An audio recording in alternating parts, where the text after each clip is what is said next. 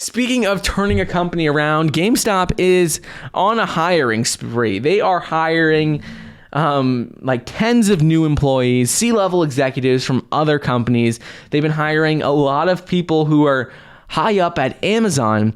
They hired a new person who's the chief growth officer just the other day, Wilk, from Amazon. They also hired COO Jenna Owens and CTO Matt Francis, who were also from pretty big companies as well.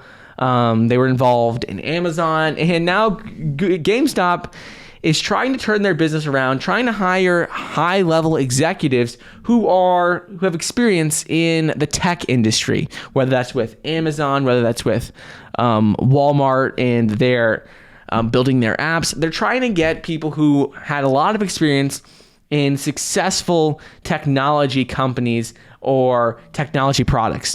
And ever since they got Cohen, who was one of the founders of Chewy, on their board, that has been their goal. Their goal is to try and be like Chewy, is like Amazon, but for dog products.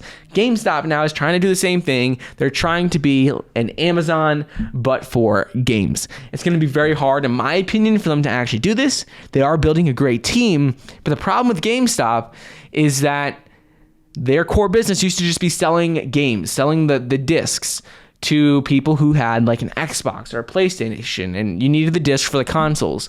But now the problem is you don't need the discs. You could just download the software onto your PS5 or onto your Xbox. You don't need to have a disc anymore, and a lot of these consoles are getting rid of the disc drive altogether.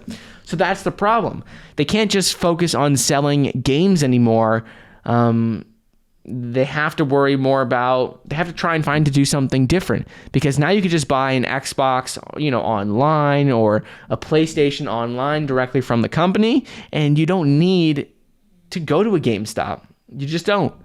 So we'll have to wait and see what they're going to do to actually change their business model away from just selling games and hardware, and try and change it from a hardware business into a software technology business. They have all the right people now in place.